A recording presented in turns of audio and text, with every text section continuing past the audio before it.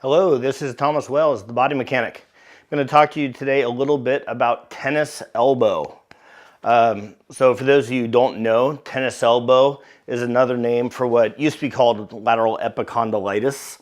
Now lateral epicondylopathy is a much more preferred name for it since there's not always inflammation with this condition. But it's basically pain and stiffness and usually some weakness kind of on the outside of the elbow where a bunch of the finger muscles attach. So there will tend to be a lot of pain and tenderness right on the bone there. You'll often see people wearing those little braces around the elbow, which can be really helpful at calming things down.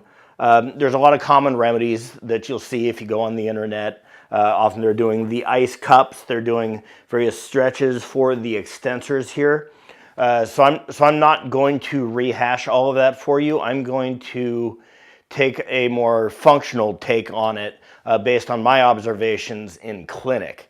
So some of the things I find most often contributing to tennis elbow are actually on the opposite side of the arm and in the shoulder. So I find lots of things in the hand and wrist, stiffness in the hand and wrist, stiffness in the muscles that tighten your grip as opposed to opening your hand, and then I often find instability in the shoulder. The tennis elbow is just kind of a natural byproduct or consequence of that.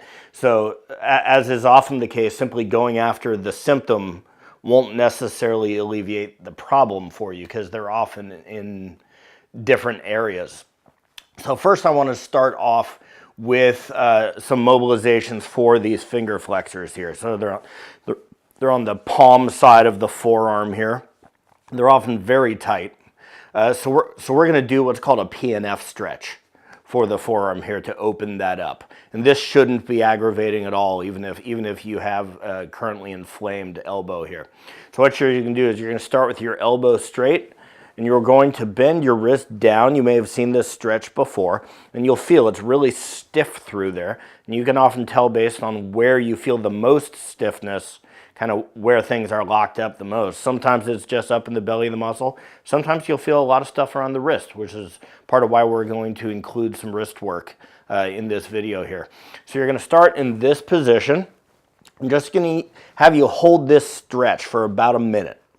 There's kind of a warm-up stretch here. So you're going to hold it for about a minute. Then after a minute, what you're going to do is you're going to push your hand into flexion, but resisting with your hand. So you're pushing and holding that tension, and you're going to hold that for about 8 seconds. So you're just going to count it out. 1, 1,000, 2, 1,000, 3, 1,000, 4, 1,000, 5, 1,000, all the way to 8.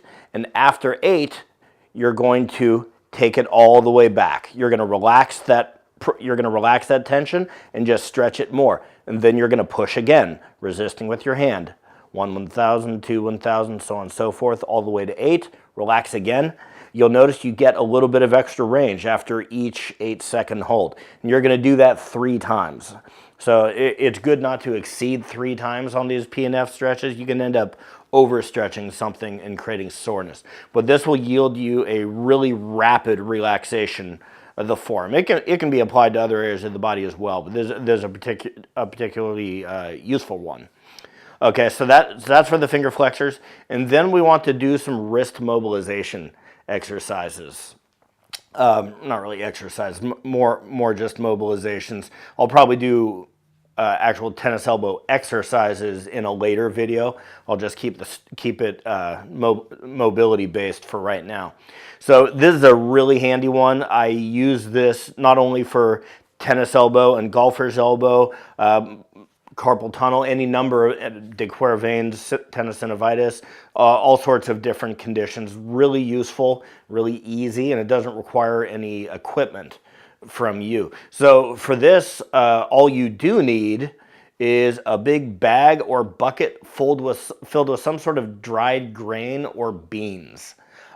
Something like dried rice or lentils or something like that. Small particulate though. And what that's going to do is that's actually the resistance of the grains is actually going to provide the the stress to the system and the exercise and circulation, etc. Okay, so you're going to take the bucket, you're going to submerge your hand past the wrist in the bucket. You want your elbow bent, and you want your hand, your fingers curled. You're going to get in there, and you're just going to do the alphabet with your wrist. So you're just tracing A, B, nice and slow. What that's doing, that's bringing circulation and some relaxation from the nervous system into the ligaments of the wrist, getting those joints more mobile and pliable. They tend to be very stiff, particularly in extension. A lot of people will have perfectly good flexion at the wrist there, but when they try and extend, maybe they can only get to here. And if you never challenge that, you might not even be aware that they're that stiff. Maybe you've just noticed that push-ups are really hard for you, that that's an uncomfortable position, so maybe you switch to doing them on your knuckles or using push-up grips or something like that. But a lot of people lack a full 90 degrees of extension there because the carpal bones, which is essentially kind of 2 rows of 4 bones for a total of 8 bones on the wrist that have to move and articulate in a very intricate fashion.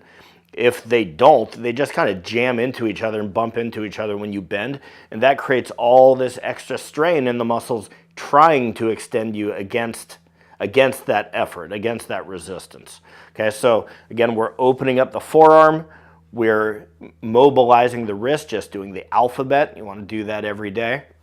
Then we're going to do a stretch for some of the more commonly restricted parts of the shoulders, namely the posterior rotator cuff, which are the muscles on the back of the shoulder here, your infraspinatus and teres minor. So there's a lot of different ways you can do this. An easy one, which is why I have the chair here, is just to sit sideways in a chair here. You rest your elbow on the backrest, kind of towards the forward edge here. What you're going to do is you're going to rotate inward and then push with your arm just like that. Then when you hold this, you can do that PNF again. So again, we're going to start off with about a 60-second stretch, taking it as far as you can without pain. Then at the end of 60 seconds, you're going to push back with your arm, resisting with your hand, hold for an 8 count. 1, 1,000, 2, 1,000, so on and so forth. And then you're going to take it further, see how far you can get. You can see I already have to use my fingertips to be able to get it further because that even just that short hold gave me a little bit of an increase.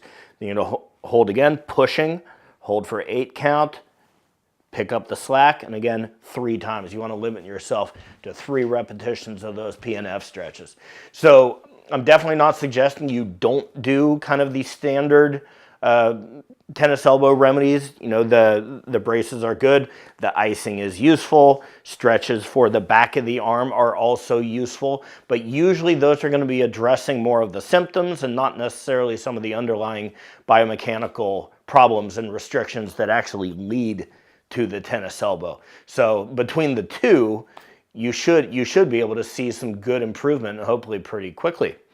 It's important that you kind of jump on this right away when you're having symptoms, because if that inflammation, if there is inflammation, if it's left long enough, it can really degrade the tendon. And I call it basically Swiss cheesing the tendon. And at that point, really no stretch or exercise is going to prove all that useful, and you might be looking at surgical options or prolotherapy or PRP or something like that. But it's not really a body work or stretching or exercise fix at that point once that tendon has really just lost all its structural integrity. So this can be super useful. Another thing that can be really useful, and it's not really part of this video here, but is active release on here, because you do tend to develop quite a bit of scar tissue in those areas of strain, and that scar tissue tends to just create additional areas of strain. So it tends to be a self-perpetuating problem. And active release, which is one of the techniques I do, but people all over the world do it, so you'd have no trouble finding a practitioner. They can get in there and break some of that up and also create some good motion between the different muscles here, because sometimes they actually just get a little bit glued together with that scar tissue, which again creates additional strain in the adjacent areas. So give those a try. I hope you find them useful, and I'll see you next time.